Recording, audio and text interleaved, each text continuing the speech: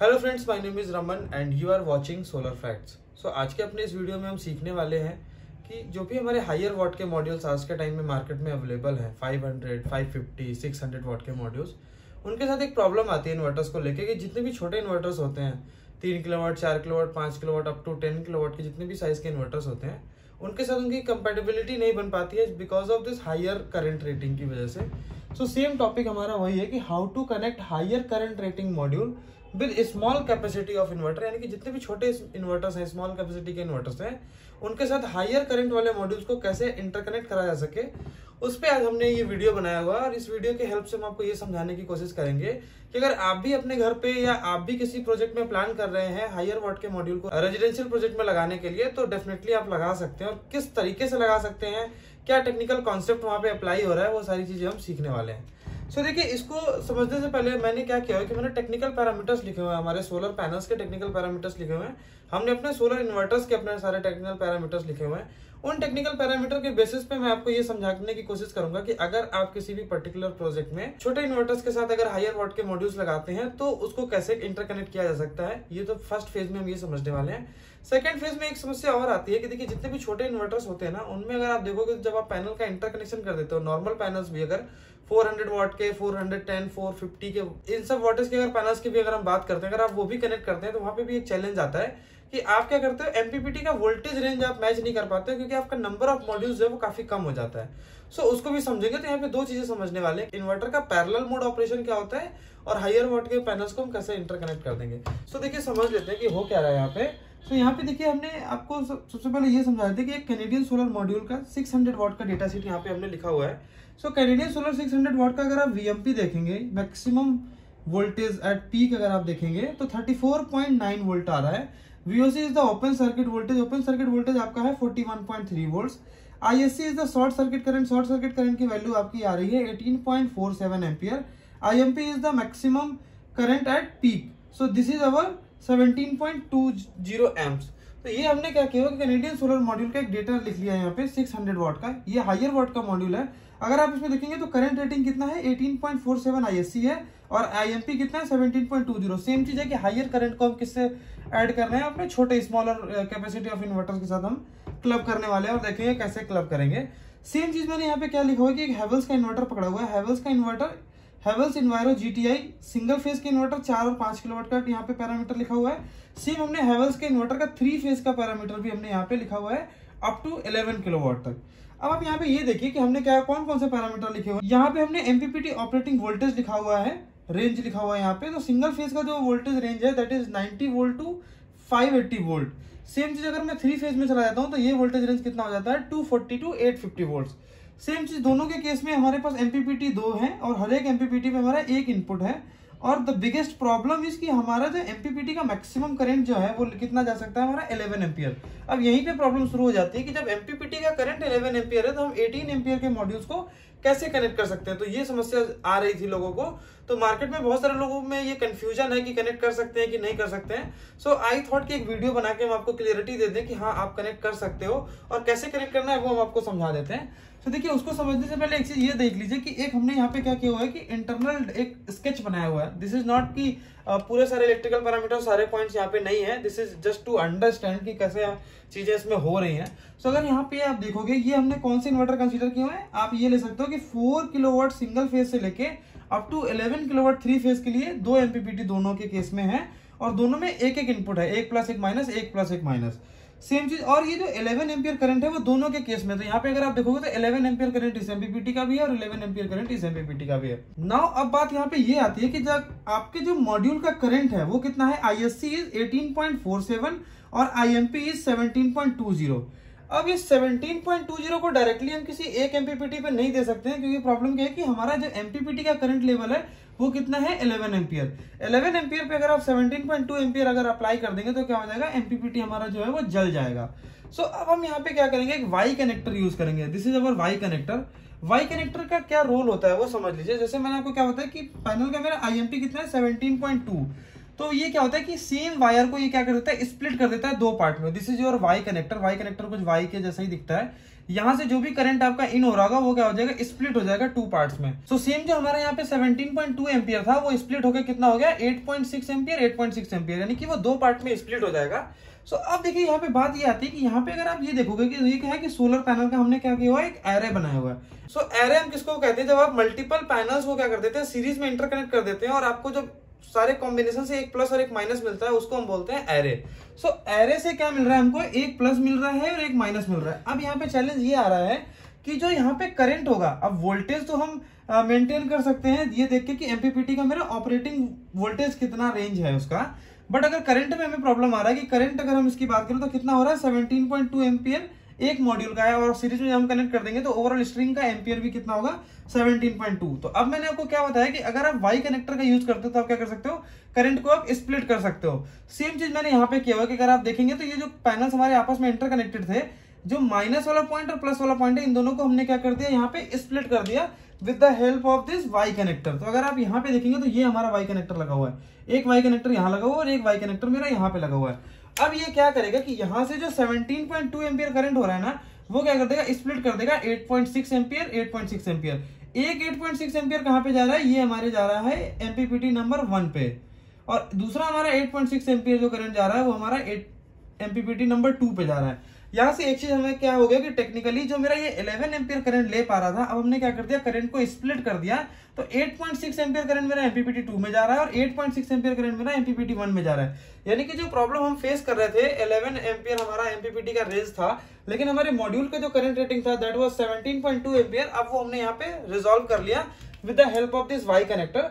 तो ऐसी कोई भी कंडीशन आपके पास आती है कि जहां पे आपके मॉड्यूल का करंट रेटिंग काफी ज्यादा है और आप किसी स्मॉलर कैपेसिटी के आप अगर इन्वर्टर्स की अगर आप इंस्टॉलेशन कर रहे हैं, तो वहां पे आप क्या कर सकते हैं, वाई कनेक्टर का यूज करके आप क्या कर सकते हैं, करंट को स्प्लिट करके करंट को अपने एमपीपीटी रेंज के अकॉर्डिंग उसको उस लिमिट में ला सकते हैं, जिससे क्या होगा कि आपका जो इन्वर्टर होगा वो प्रॉपर वर्क कर पाएगा। ये टेक्निकली पूरी तरीके से फिट है, प्रूवन है, यहाँ पे कोई भी प्रॉब्लम नहीं है। अब इसमें देखिए एक चीज और आती है कि बहुत सारे लोग क्या करते हैं, सेफ्टी को प्रायोरिटी देते हैं। तो सेफ्टी को प्रायोरिटी देना इज वेरी इंपॉर्टेंट। तो इसमें एक चीज और करा जा सकता है कि अगर कोई ज्यादा कॉन्शियस है कि करंट में भी हो सकता है कि थोड़ा बहुत इक्वली ना जाए, स्प्लिट ना हो, तो इन केस में ये भी हो सकता है कि कहीं पे 8 एम्पियर हो तो कहीं पे 9 एम्पियर हो, थोड़ा बहुत करंट का आपको डिफरेंस देखने को मिल भी सकता है। तो इसमें आप ये भी कर सकते हो कि आपका एमपीपीटी का जो 11 एम्पियर का करंट रेटिंग है ना, तो आप जैसे ही स्ट्रिंग ला रहे हो वहां पे आप क्या कर सकते हो, एक फ्यूज का बॉक्स लगा सकते हो, जिसमें आप पॉजिटिव पे भी 11 एम्पियर के फ्यूज डाल सकते हो और नेगेटिव पे भी 11 एम्पियर के फ्यूज डाल सकते हो।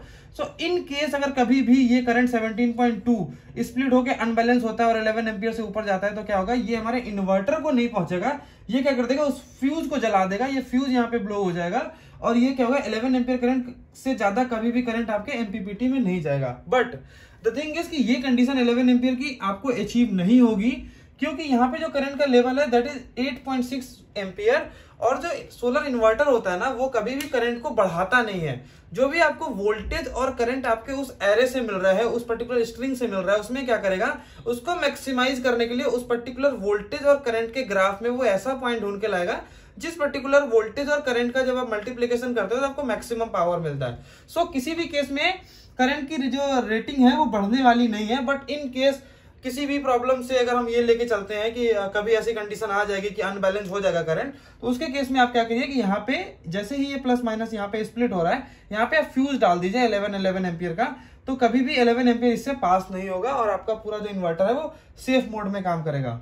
सो अब मैं आपको एक चीज और थोड़ा सा समझा देता हूँ। ये तो हो गई थ्योरी कि हम कर क्या रहे थे।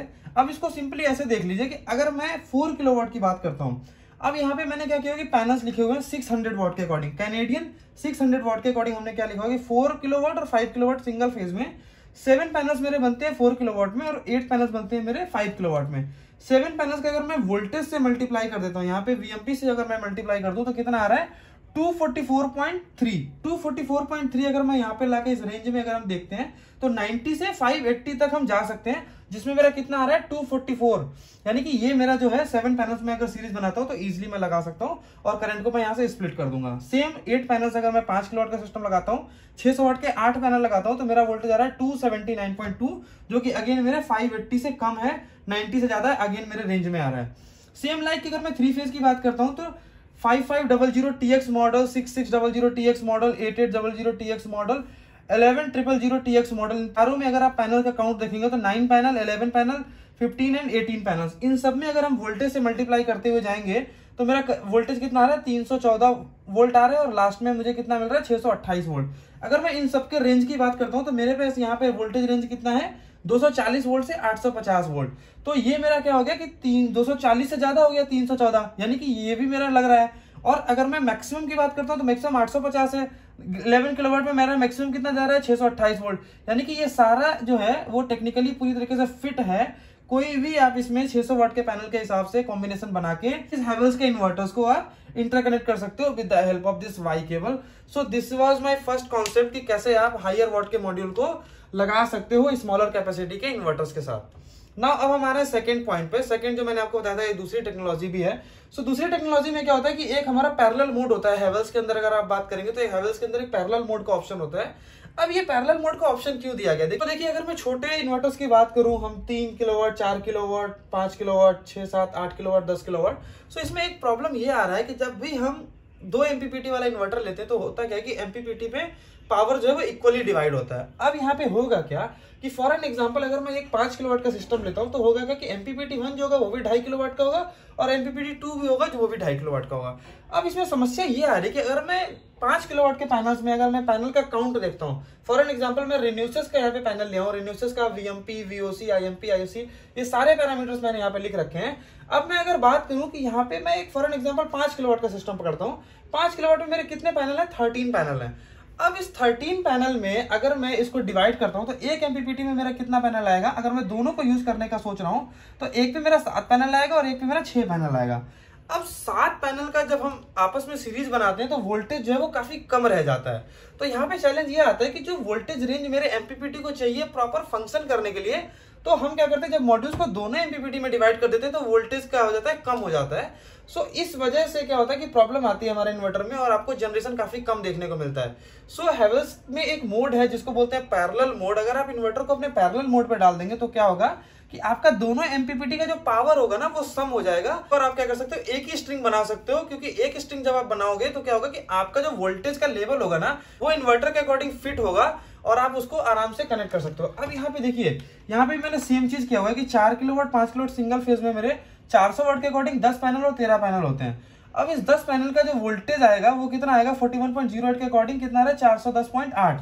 410.8 जो है वो अगेन 580 के अंदर आ रहा है, तो ये मेरा फिट हो गया। अब मैं इसको ही अगर मैं ये देखूं कि मैं अगर दोनों MPPT को यूज करना चाहता तो क्या होता, मैं 5-5 पैनल करता। अब 5 पैनल में अगर मैं स्प्लिट करता तो 200 वोल्ट होता, 200 वोल्ट भी इसमें फिट हो जाता। लेकिन चैलेंज ये था कि जब भी आपका मॉर्निंग का टाइम होता है या इवनिंग का टाइम होता है, जब भी आपको वोल्टेज प्रॉपर आपके पैनल से जनरेट नहीं होता है तो मोस्ट ऑफ द टाइम आपको क्या देखने को मिलेगा, because of this lower voltage ना you will not be able to get maximum power from your this plant. So इस प्रॉब्लम को रिजॉल्व करने के लिए पैरेलल मोड आया। तो पैरेलल मोड में जैसे हम इन्वर्टर को डालते हैं क्या होता है कि जो हमारा MPPT होता है उसका आउटपुट शॉर्ट हो जाता है और वो आपस में कनेक्ट होकर सिंगल एक आउटपुट की तरीके से बिहेव करने लगते हैं। और हम क्या करते हैं, पूरा स्ट्रिंग बनाते हैं। पूरे स्ट्रिंग बनाने से ये फायदा हो गया कि 410 वोल्ट है, यहाँ पे 580 वोल्ट था तो ये इसके रेंज में आ गया। सेम अगर मैं 5 किलोवाट की बात करूँ, 13 पैनल है, 13 पैनल का वोल्टेज कितना आ रहा है, 534, ये कितना है 580, ये भी अगेन मेरे रेंज में है। 14 पैनल्स की अगर मैं बात करता हूँ तो 14 पैनल्स किस में आ रहा है, 3 फेज 5.5 किलोवाट के इन्वर्टर में ये आ रहा है 575। यहाँ पे मेरा रेंज कितना है, 240 से 850, तो ये भी मेरा रेंज में आ रहा है, यानी कि ये भी बिल्कुल परफेक्ट है। इसके बाद मैं अगर 6 किलोवाट की अगर मैं बात करता हूँ तो इसमें 17 पैनल्स है, इसका आउटपुट कितना आ रहा है मेरा वोल्टेज 698, ये कितना है 850, ये भी मेरे रेंज में है। इसके बाद मैं 8.8 किलोवाट की बात करता हूँ तो अब यहाँ से क्या होता है, दूसरी घड़ी शुरू हो जाती है। 8.8 की जैसे मैं बात करता हूँ, यहाँ पे कितना रहते हैं, 400 वाट के 22 पैनल लगने वाले हैं। 22 पैनल का वोल्टेज कितना हो रहा है, 903.76। तो 903 वोल्ट जो है ना वो हमारा क्या हो गया, यहाँ पे इस रेंज से बाहर चला गया। यानी कि जितने भी आपके 6.6 किलोवाट तक के जो आपके इन्वर्टर थे ना उसमें क्या कर सकते थे आप, इस रेंज के बीच में आ रहा था अगर आप एक स्ट्रिंग बना रहे थे। और एक स्ट्रिंग बनाने का फायदा ये था कि जब आप मैक्सिमम टू मैक्सिमम अगर आप अपने MPPT को वोल्टेज अप्लाई कर दोगे तो क्या होगा, आपको मैक्सिमम पावर मिलेगा, वो आपको बेटर परफॉर्मेंस आपको देखने को मिलेगा। अब यहाँ पे क्या हो रहा है, जैसे 8.8 हो रहा है तो यहाँ पे वोल्टेज जो है वो 903 हो गया, 903 क्या हो गया, इस रेंज से बाहर चला गया। तो हम क्या करेंगे, यहाँ पे हम स्प्लिट कर देंगे, दोनों एमपीपीटी पे डाल देंगे। 22 पैनल है तो 11 पैनल इस पर डालेंगे, 11 पैनल इस पर डालेंगे, और एक स्ट्रिंग का वोल्टेज मेरे को कितना मिलेगा, 451.88 वोल्ट। 458.11 वोल्ट जो होगा वो इस वोल्टेज रेंज में आएगा। तो ये मेरा क्या करेगा, इजीली वर्क करेगा। यहाँ पे मुझे पैरेलल मोड पे डालने की जरूरत नहीं है। जब हम दोनों स्ट्रिंग को यूज कर रहे हैं तब हमको पैरेलल मोड पे डालने की जरूरत नहीं है। अगर हम एक ही स्ट्रिंग को क्लब करके हम लगा रहे हैं, बट मेरा जो एमपीपीटी का पावर है वो कम हो रहा है हमारी स्ट्रिंग से, तो हम क्या करेंगे, उसको पैरेलल मोड पे डाल के हम इस तरीके से उससे आउटपुट ले सकते हैं और बेटर परफॉर्मेंस ले सकते हैं। आशा करता हूं दोस्तों कि मेरा ये वीडियो आपको काफी इंफॉर्मेटिव लगा होगा, और ऐसे ही टेक्निकल इंफॉर्मेटिव वीडियोस देखने के लिए हमारे सोलर फैक्ट्स चैनल को लाइक कीजिए, शेयर कीजिए और सब्सक्राइब करिए। Thanks for watching this video. And इस वीडियो से रिलेटेड अगर आपको कोई भी डाउट रह जाता है तो हमें कमेंट बॉक्स में कमेंट करके बताइए, मेरा नंबर भी है, you can contact me. Thanks for watching this video, thank you so much.